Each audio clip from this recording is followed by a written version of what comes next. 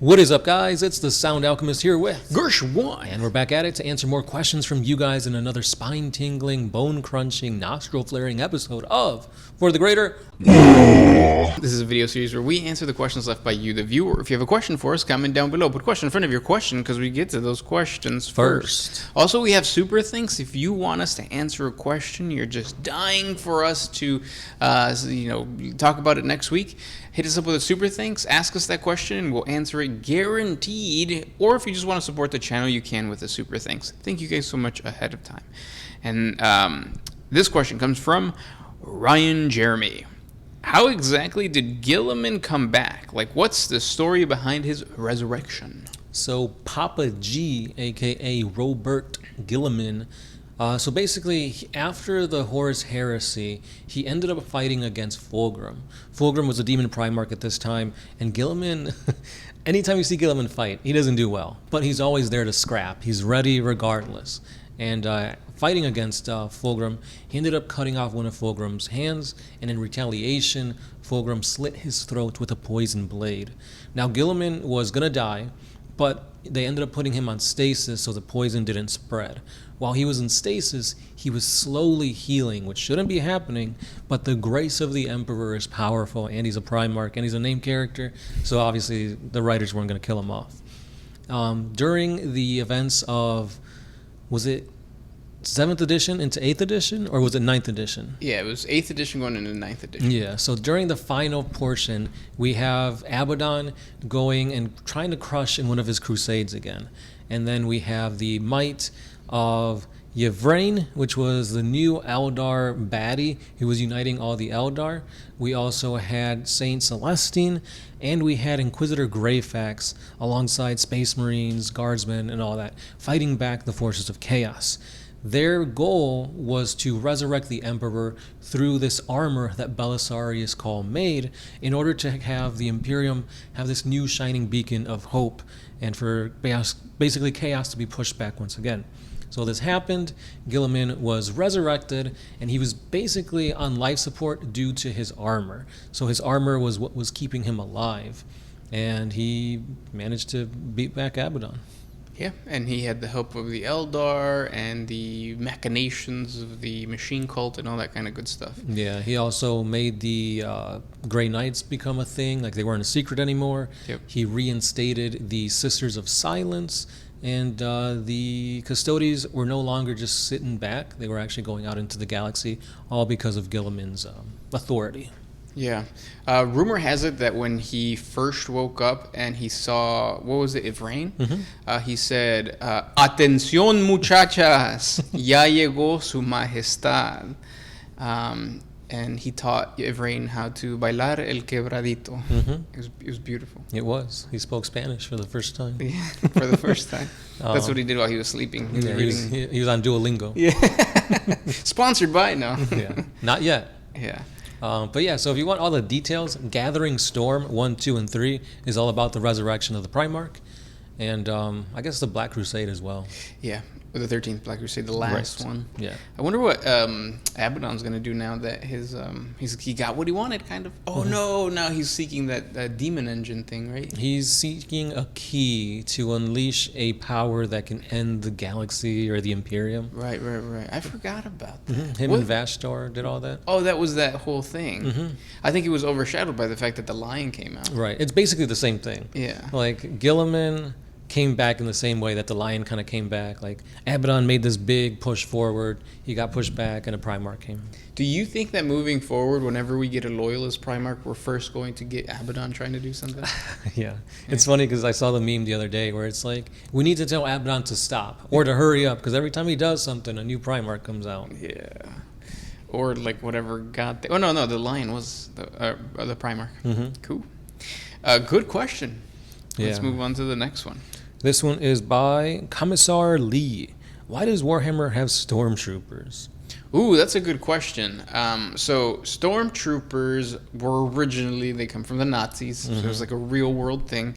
And because it's such like a big thing in popular media, stormtroopers are the elite version of the Imperial Guard. They're called, not Kazarkin, what are they called? The Astra or Tempestus Tempestus Scions. Scions, Yeah. that's what they are. So, because of legal reasons, Games Workshop ended up changing the names of the Eldar, the Dark Eldar, the Stormtroopers, and all that kind of stuff. So, yeah, now they are the Tempestus Scions. So, if you want to read about that, just start playing Tempestus Scions. Yeah. But they're the elite unit of the Imperial Guard. Yeah, I think we're gonna have Docile Creature play them soon, Yeah. or at least he was like making the army. So we'll get to see firsthand how thematic it is, because he's not making it to be a competitive army, more like his passion project. Yeah, and then within the lore, Stormtroopers fulfill that role that like a Space Marine would technically fulfill. Because remember, we talked about this in a previous episode, but remember that a Space Marine is really a unit that's there for a very specific task. They're so good that they can do a lot, but so are the Tempestus Scions. The Tempestus Scions are gonna go in there to try to like go behind enemy lines. They're gonna try to assassinate. They're gonna try to do some epic thing. But because the Space Marines are so rare, the Imperial Guard usually relies on Tempestus Scions. Right. So in many ways, like the Tempestus Scions are probably more popular and more well known than Space Marines. Space Marines are just a myth. They are. So if you see the Space Marines, you know you're fucked. Yeah. Either you yourself or like the situation you are in. Yeah. Next question comes from the real Henry Bayman. Bridget B slathered in goop or Sasha Grey with no teeth? What kind of goop are you talking about? I think no teeth is just like right off the bat. I mean, that's what I was thinking, but like goop? Like, remember when we were, wrestling in the backyard and your hand and brand new white hoodie went into a bucket of goop? It was goop, yeah. Well, it was motor oil and water, and it never washed off. If you get oil on anything, like, yeah, good luck getting that off. You won't. Yeah, no teeth, though. No teeth. All gums. But, like, you're going to sound not yourself. Oh, well, Sasha Grey's not going to, like, you know what I'm trying to say. We know. But, yeah. And then who is Sasha Grey? I can't remember. I'll show you later. Okay. Good question, though. I'm going to go with Bridget B because it's Bridget B. Yeah. Next question. This one is by Twist Jane. What, in your opinion, do you guys consider to make a Space Marine chapter great? Like, what makes a Space Marine chapter great? I think it's a good theme. Yeah, the theme helps tremendously. But I feel like even above theme, it's got to be the color scheme. Yeah. Because you could have a badass theme and them being like highlighter green. Yeah. Like, Well, you know what? Highlighter green isn't the worst. I think the worst color scheme, unless you're playing the Grey Knights, is silver. on the tabletop, yes. Yep. Because I feel like they just look unfinished. Yep. But I've seen, Silver Skulls or something like that. They look really cool, like in art. Art and stuff. Yeah. No, I haven't. I think I've seen it. What's the best color scheme you think? Gold trim and anything else. Yeah, I think blue is played out because of Ultramarines. Ultramarines, yeah. I really like the quarter. So like black, red, and then like alternating. I feel like that's just too jarring for me. Like whenever I see those type of like color schemes where it's literally like split in the middle and not by like armor piece. Yeah. I feel like that's just, it's too, how do I put it? Like I get it, like it's a piece of paper almost. Almost, yeah. And you're just divided, and then you're like, nobody in real life would do that. Right. Like we've never seen a car that's split down the middle, painted like blue and red or something like that. I get you. But even with like Harlequins, you have like the plaid, the checkers design, the stripes. Well, I used to really hate not checker design, but the yellow. Oh, the white like lines. caution. Yeah, I thought that was so stupid. But now I look at Iron Warriors, and I'm like, damn, how badass would that be? I heard it's really hard to do because like you have to make it straight and like with all the little divots and stuff. Oh yeah. But yeah, I think a good color scheme, a good theme. It's interesting to me that certain chapters like the Imperial Fists and the Crimson Fists are so popular, but their stories are so similar and generic. Yeah. I mean, it makes sense, right? They're the successor chapter. Yeah. But I think it's what you said. They have really cool color schemes. Like painting blue and then a red fist just to give you that break and to help the eye kind of. Oh, another thing that I really like for your models is whenever the helmet is a different color than the rest of the model. That's like chef's kiss. But yeah. I know a lot of people only do that for like the sergeants and stuff, which is what you're supposed to do. Right. But like I feel like in general that kind of adds more, like it adds more individuality instead of just saying, yeah, it's my sergeant and 4 nobodies. It's like, no, everybody's got a story now. Yeah. But yeah, you could do all sorts of things.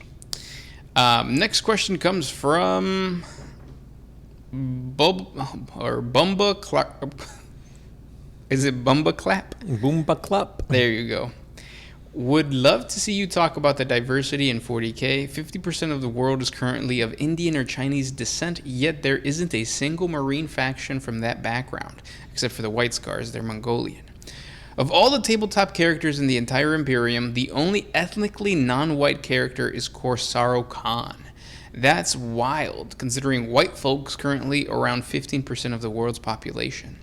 So I think the diversity, you're getting diversity a little bit wrong. I think diversity is like, how can we go into it? How could Games Workshop go into a new market to sell their models? And you kind of see it with, I want to say it's either the 9th or the 10th edition trailer where like the Space Marines look Asian. Mm-hmm.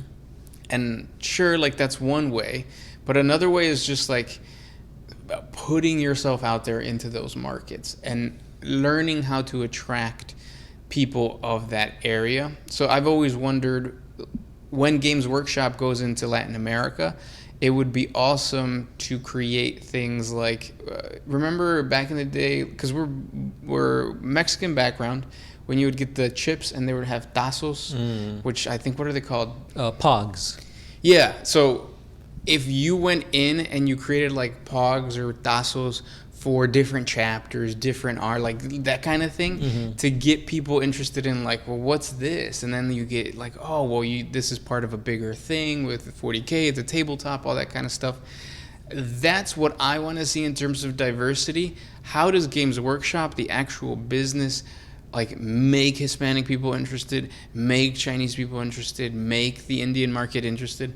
Not so much what color, of skin is this humanoid thing that's in outer space that shouldn't even have anything to do or any connection to us. I think that's always kind of weird. Yeah, and like you do see like every so often like GW will make like, oh, the Dark Imperium novels. On the cover you see a black Ultramarine. No explanation given. It's just there's a black Ultramarine. Yeah. I believe in Space Marine 2, one of the Space Marines looks like Asian and stuff like that. Yeah. So it's like they're adding more diversity, more so now than then, because obviously GW, their origins are from like England and stuff like that. Yeah. So they're gonna obviously want to try and sell to that region first, and then depending on how you branch off, etc., then you could go ahead and market for other regions. Yeah, but I still think that like it feels very like elementary or very like basic to say, well, he looks like you, so you're going to probably end up buying. When in reality, it's like, well, orcs don't fucking look like me, but I got a whole army full of them. Tau? Like, blue? Yeah. So I think the whole, make or show certain races in my faction is kind of like, no. What I want to see is, what cool creative way are you getting, or are you using to create excitement within a certain culture? Because it is true that like if we go to a 40K store or we go to a hobby shop, we're usually the minorities, which is another thing, right? Like sure, worldwide you said white people are at 13%, but go to a hobby store, like it's like 90. Or we went to Adepticon. Yeah. We were like, let's point out, like, I mean, where is anybody that looks like us? Right. And there wasn't, so. They look like us on the inside. Yeah, and I guess you could use the argument that, like, well, that's because and all that. But whatever. Whatever, yeah. And then the thing is, just put helmets on all your army. It doesn't matter. Yeah. They could be anything and everything. Exactly. Those were the questions for today. If you guys have more questions for us, please comment down below. Thank you guys so much for hanging out, and we'll talk tomorrow. That's right. It's been the Sound Alchemist here with Gershwan, and we are out.